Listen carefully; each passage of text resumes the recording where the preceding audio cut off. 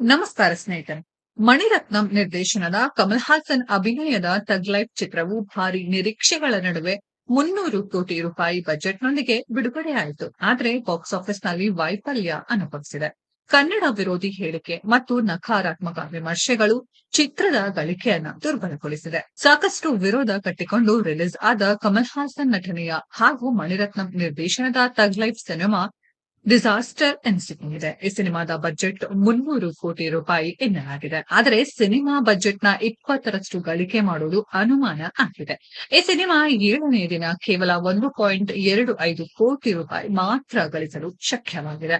Weekend ಬಂದರೂ ಚಿತ್ರ ಉತ್ತಮ collection ಮಾಡುತ್ತದೆ ಎಂಬ ನಂಬಿಕೆ ಸ್ವತಃ ತಂಡದವರಿಗೂ ಇಲ್ಲ. ಕಮಲ್ ಹಾಸನ್ ಅವರು ಕನ್ನಡ ವಿರೋಧಿ ಹೇಳಿಕೆ ನೀಡಿದರು. ಈ ಕಾರಣಕ್ಕೆ ಥಗ್ ಲೈಫ್ ಚಿತ್ರವನ್ನ ಕರ್ನಾಟಕದಲ್ಲಿ ರಿಲೀಸ್ ಮಾಡಲು ಸಾಧ್ಯವಾಗಿಲ್ಲ. ಇದರ ಜೊತೆಗೆ ಸಿನಿಮಾಗೆ ಕೆಟ್ಟ ವಿಮರ್ಶೆ ಸಿಕ್ಕಿದೆ. ಇದರಿಂದ ಚಿತ್ರದ ಗಳಿಕೆ ಕಡಿಮೆಯಾಗಿದೆ.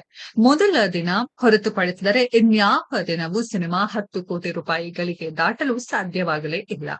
ಈ ಮೂಲಕ ಚಿತ್ರದ ಒಟ್ಟಾರೆ ಗಳಿಕೆ 42 ಕೋಟಿ ರೂಪಾಯಿ ಆಗಿದೆ.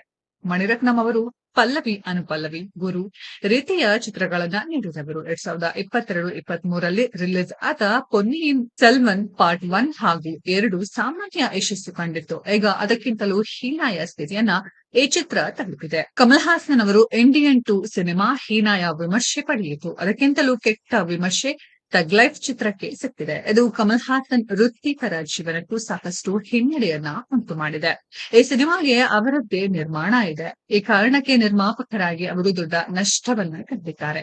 ಇನ್ನು ಸಿನಿಮಾ ಹೀನಾಯ ಸ್ಥಿತಿಯಲ್ಲಿ ಇರುವುದರಿಂದ ಈ ಮೊದಲು OTT ಜೊತೆ ಆದ ಒಪ್ಪಂದವನ್ನ ನೆಟ್ಫ್ಲಿಕ್ಸ್ ರದ್ದು ಮಾಡಿಕೊಳ್ಳುವ ಸಾಧ್ಯತೆ ಇದೆ.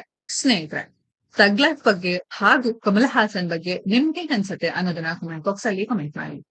ಈ ವಿಡಿಯೋ ಇಷ್ಟ ಆಗಿದ್ರೆ ಲೈಕ್ ಮಾಡಿ, ಶೇರ್ ಮಾಡಿ, ಚಾನೆಲ್ ನ ಸಬ್ಸ್ಕ್ರೈಬ್ ಮಾಡಿ, ಪಕ್ಕದಲ್ಲಿ ಇರೋ ಬೆಲ್ ಐಕಾನ್ ನ ಹಿಟ್ ಮಾಡಿ.